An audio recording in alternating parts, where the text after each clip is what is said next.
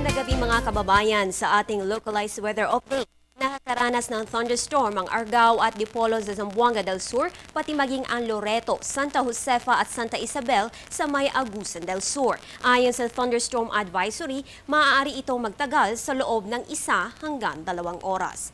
Samantala, buong Luzon apektado na ng monsoon trough. Ano nga ba itong tinatawag na monsoon trough?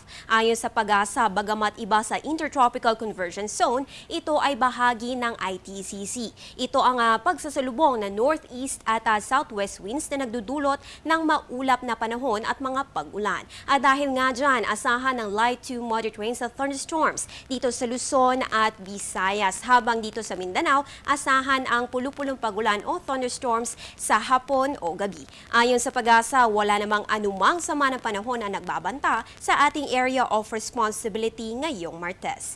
Para sa Wednesday, Thursday at Friday, ito ang aasahang panahon mula sa 3-day weather forecast ng Pag-asa.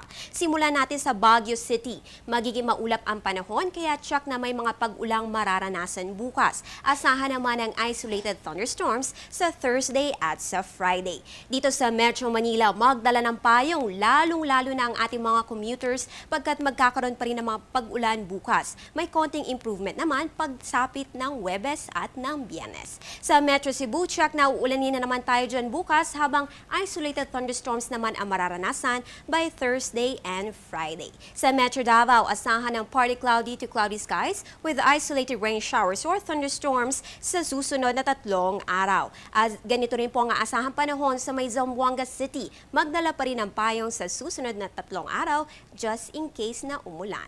Para naman bukas, September 10, second year anniversary ng Panahon TV. Sisikat po ang araw 5:44 na umaga at lulubog naman 1 minuto makalipas ang 6 ng gabi. At yan ang latest mula dito sa Pag-asa. Ugaliin mag-monitor ng weather conditions sa pamamagitan ng Panahon TV Facebook at Twitter accounts. Antabayanan rin ang aking susunod na update mamaya sa News Live.